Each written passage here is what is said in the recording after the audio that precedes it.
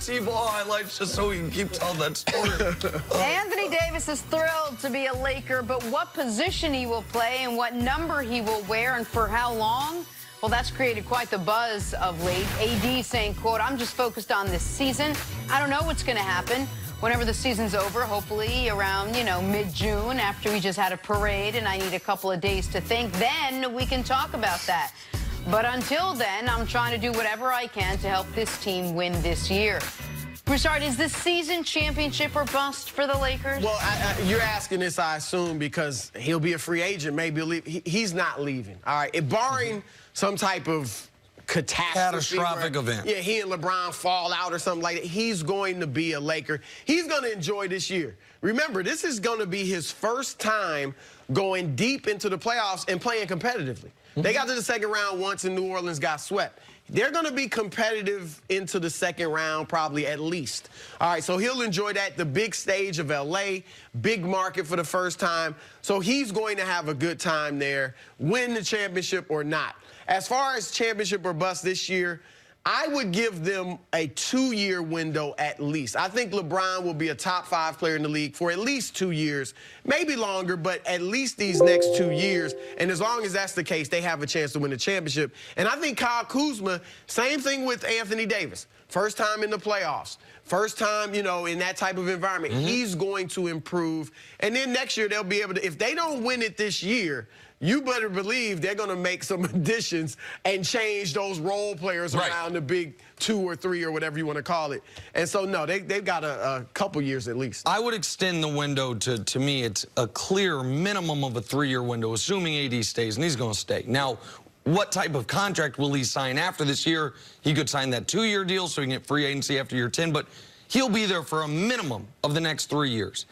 And if LeBron, let's just say he deteriorates each season, that he goes from top 5 to top 10 to top 20, right? In his third year. In his third year. From now. Anthony Davis, I believe, is going to stay top 5, top 7, wherever you have him, each of the next 3 years, if not improve up that hierarchy.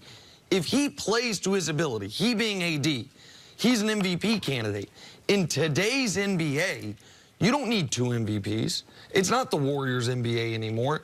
So even if LeBron does have a more typical age trajectory and career trajectory given his age than what he's shown to this point, they're still contending. They're still, if Anthony Davis is a league MVP and LeBron is in the secondary all-star, not superstar role in 3 years, that's still a contending team. I think if they don't win it in the next 2 years, I think it'll take a major addition or move to get them to win a championship 3 years from now. I think it'll be so mentally deflating that LeBron will have been there, 3 years at that point, didn't win a title. You had Anthony Davis for 2 of those years. You're getting worse. It would be, like I said, they need a major addition. So you think it's really one of these first 2 years has to happen? Yes. Does it happen? With what they have right now. So does it happen with the roster that you have right now? Do you like this roster to take you all the way? Would you tinker with it in any way? Are there positions where you feel like they need to shore up before they I like it enough right now. I mean, we have to see. There's more. I like the Clippers, #1, slightly over the Lakers, #2 in my mind. Now, the Lakers could win a championship. I said yesterday, they should go into this season feeling like we're going to win it. No excuses. They have shooting. They have size. They have versatility. They've got the best duo in the league. I think we'll see how it plays out. But right now, they have what they need to win. Yeah, Quinn Cook, Troy Daniels, how do they play in the role? Rondo, is he accepting of a backup role? Boogie Cousins, is he a fringe all-star? Is he a 16, 18, and 8 guy? Or is he the guy that tries to lead that second unit? I believe that he's a starting center. I believe they're better. How they finish the games, that will be determined. But those role players and how they do during the regular season is very important for them. Not as much Anthony Davis and LeBron. So they get some type of confidence. So once they get into the postseason, that they have a strong rotation. But I believe that the Lakers, they should be very confident. I like the fact that now Anthony Davis, every interview he goes to, if you say, well, what are you going to do in the future? He can go back and tell you. Go back to the beginning of July, what did I say? All right? And he will be consistent with that after the parade. It'll take a couple days, but this is what they told the Knicks. That's why the Knicks couldn't make an offer for him. He was not going to sign a contract extension no matter where he goes, and that even being Los Angeles, with that being his preferred destination.